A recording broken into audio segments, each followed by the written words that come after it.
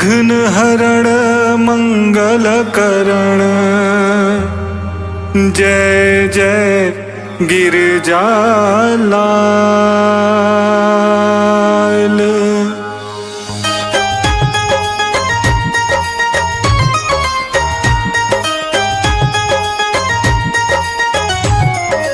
जय जय जय गणपति गणराजू, मंगल भरण करण शुभ काजू। जय गज बदन सदन सुखदाता, विश्व विनायक बुद्धि विधाता। वक्रतुंड सुचिशुंड सुहावन, तिलक त्रिपुंड भाल मन भावन। राजत मणि मुक्तन उर्माला, स्वर्ण मुकुट सिर नयन विशाला। पुस्तक पाणि कुठार त्रिशूलम, मोदक भोग सुगंधित फूलम। सुंदर पीतांबर तन साजित, चरण पादुका मुनि मन राजित। धन शिव सुवन खडानन भ्राता, गौरी लालन विश्व विख्याता। रिद्धि सिद्धि